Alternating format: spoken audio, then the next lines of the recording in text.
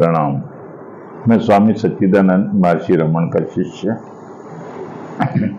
उज्जैन से हैं और वडोदरा से भी।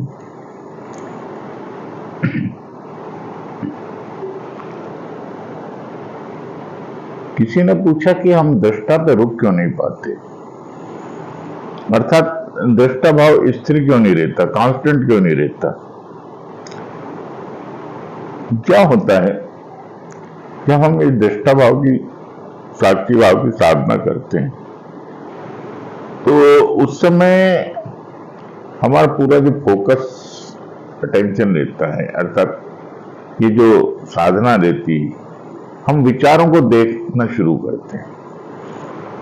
ठीक है ना। ये विचारों को देखना एक तरह से सूक्ष्म क्रिया देखने की। अभी तक हम किस अवस्था में थे? विचारक की अवस्था में थे। हमारी चेतना लगातार सोच रही थी, एक विचार फिर दूसरा, तीसरा, चौथा, एक के बाद एक दूसरे के हाथ में हाथ बांधे हुए चलते रहते, कहीं कोई गैप नहीं आता था। अब यहां विचारक की भूमिका से हम ऊपर उठकर दृष्टा की भूमिका में आते हैं, अर्थात जिन विचारों को अब देखना शुरू कर देते हैं। ठीक है। तो जो डेलिबरेट कॉन्शियस थॉट थे वो तो बंद हो जाते हैं, लेकिन उस कॉन्शियस माइंड के नीचे जो सबकॉन्शियस माइंड है, अवचेतन मन, उसमें जो विचार चलते हैं वो ऑटोमेटिक चलते हैं। वो सबकॉन्शियस माइंड थिंकिंग करता है।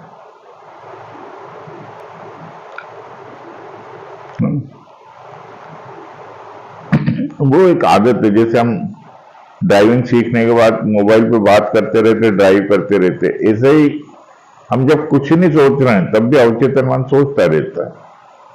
अब इस भूमिका में आने के बाद जब हम दृष्टा होते तो कॉन्शियस माइंड तो सोचना बंद कर देता है, तो जो सबकॉन्शियस माइंड के थॉट उठ रहे हैं हम उनको देखना शुरू करते हैं। ये एक तरह से देखना एक तरह की सूक्ष्म क्रिया होती है। तो जब तक क्रिया है तो आप क्रिया को कांस्टेंट कब तक करोगे? जैसे ही आपने उसको छूटी हुई क्रिया तो विचार चलना फिर शुरू हो जाते हैं। फिर हमको लगता है अरे हमारा दृष्टा भाव खो गया, हमारा साक्षी भाव खो गया। ऐसा नहीं होता है, खोता होता कुछ नहीं है।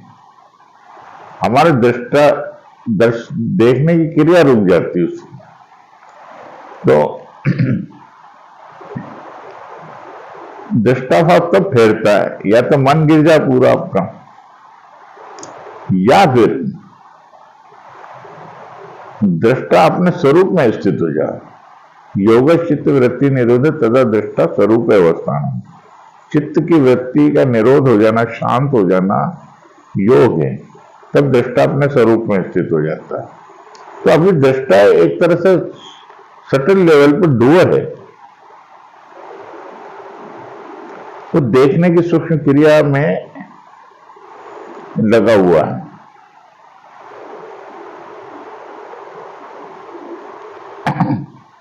अब इस डूअरशिप से बीइंग में आना है, डूअर से बीइंग में आना है, स्वरूप में आना है। कैसे?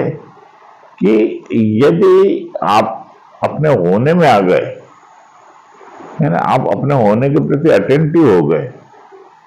जैसे कोई विचार आया चला गया, तो दो विचारों के बीच में जब गैप आता है, जब एक विचार चला जाता दूसरा आया नहीं है, तो उस क्षण तक क्षण आप देखने की क्रिया छोड़ दीजिए। Don't watch anything, neither to thought nor emptiness. न तो आपको थॉट को देखना, न एम्प्टीनेस को।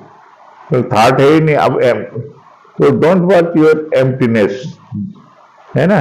तो एम्प्टीनेस को भी मत देखो, जस्ट बीइंग आ जाओ। Feel your self I am. आपका जो होनापन है ना, बीइंगनेस, उसमें आ जाओ। दृष्टा की भूमिका से हट जाओ, आत्मबोध में आ जाओ, अपने होनेपन में आ जाओ। जब आप अपने होनेपन में ठहरने लगेंगे बार बार करने से, तो उस होनेपन में स्थित होकर ही विचारों के प्रति सजग रहिए। तो दृष्टा भाव होएगा नहीं, तब आप दृष्टा नहीं रहेंगे, आप आत्मा हो जाएंगे। उस आत्म भाव में स्थित होकर जब आप विचारों के प्रति सजग रहते हैं तो खुद में वो तब आपकी जागरूकता जाती नहीं, वो कांस्टेंट बनी रहती, क्योंकि आपका होना कांस्टेंट है, मेरा होना कांस्टेंट है। आई एम एवर प्रेजेंट, मैं एवर प्रेजेंट हूं, मैं मेरे में स्थित हो गया हूं, तो उनमें ज्ञान स्वरूप I am awareness, I am my self awareness, तो वो खंडित होने का प्रश्न ही नहीं ना, क्योंकि मेरा कभी अभाव नहीं होता, न असत्य विद्यते भाव न अभाव विद्यते सत्य, तो आत्मा की का अभाव कभी होता ही नहीं, और असत की सत्ता ही नहीं, मन की कोई सत्ता ही नहीं, और मेरा कभी अभाव नहीं है।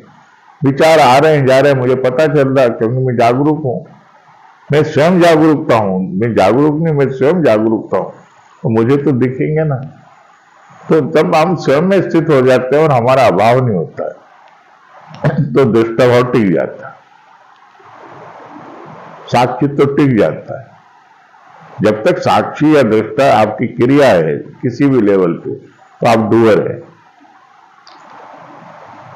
जब ये क्रिया से छूटकर आप बीइंग में आ जाते हैं, अपने आत्म भाव में आ जाते हैं, तो ये ठहर जाता है, क्योंकि आप देख नहीं रहे, आप हैं मात्र, आपके होने में देखना घटित हो रहा है ना। जैसे आप कमरे में बैठे हैं, प्रकाश है, तो कोई भी मूवमेंट होगी किसी भी चीज की, कोई आएगा आपको पता चलेगा। अब उदाहरण के लिए हम गाड़ी चलाते सड़क पे, है ना, तो हमें सब दिखता है ना, हम एक एक चीज को देखते थोड़ी, चल रहे हैं ड्राइविंग, जहां से कोई गाड़ी आ रही है तो अपन दूसरी तरफ से निकाल लेते हैं, खाली जगह में से निकाल लेते हैं, तो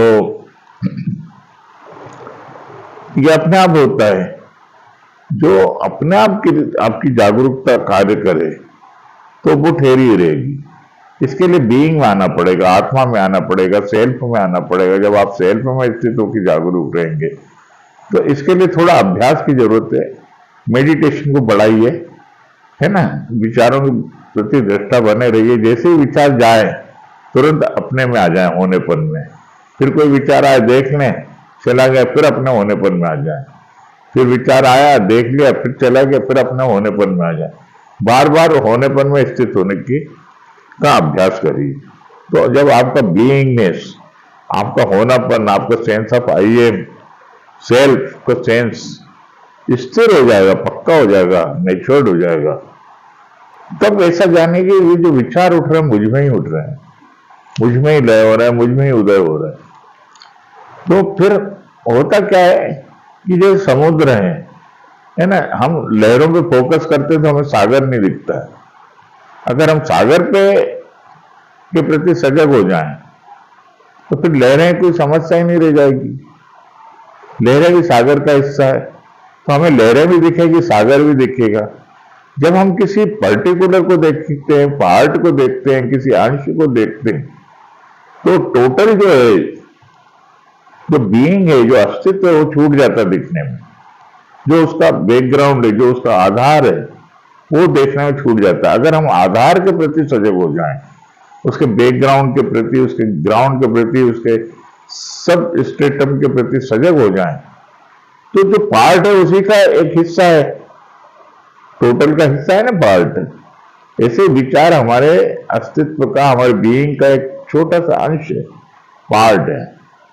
तो हम जब टोटल के प्रति अवेयर होते हैं, समग्र के प्रति अवेयर होते हैं, होल के प्रति अवेयर होते हैं, होल है ना, एंटायर कॉन्शियसनेस के प्रति अवेयर होते हैं, तो उस टोटलिटी की अवेयरनेस में हमें पार्ट की अवेयरनेस बनी रहती है, थॉट की, इमोशंस की अवेयरनेस भी बनी रहती है, और उसके बैकग्राउंड में जो समग्र है, टोटल है, होल है ना, बीइंगनेस है, उसकी अवेयरनेस बनी रहेगी। तो क्या होता है कि हम लहर को देखते हैं तो सागर नहीं दिखता। जब हम सागर को देखते हैं तो सागर भी दिखता है, लहर भी दिखती है, और लहर सागर का एक पार्ट के रूप में भी दिखता है। जो लहर और सागर का रिलेशन है ना, वो हमें समझ में आ जाता है कि लहर सागर से पृथक है ही नहीं, इसलिए समस्या ही नहीं है। अशांति, शांति, सब की जो लहरें उठ रही हैं हमारे अंदर विचारों की, है ना, वो मन में उठ रही हैं। लेकिन जो आत्मा, उसमें कुछ हो ही नहीं रहा, तो समझता ही नहीं है। मैं सदा शांत हूं। अशांत तो मन है ना, मैं थोड़े अशांत हूं।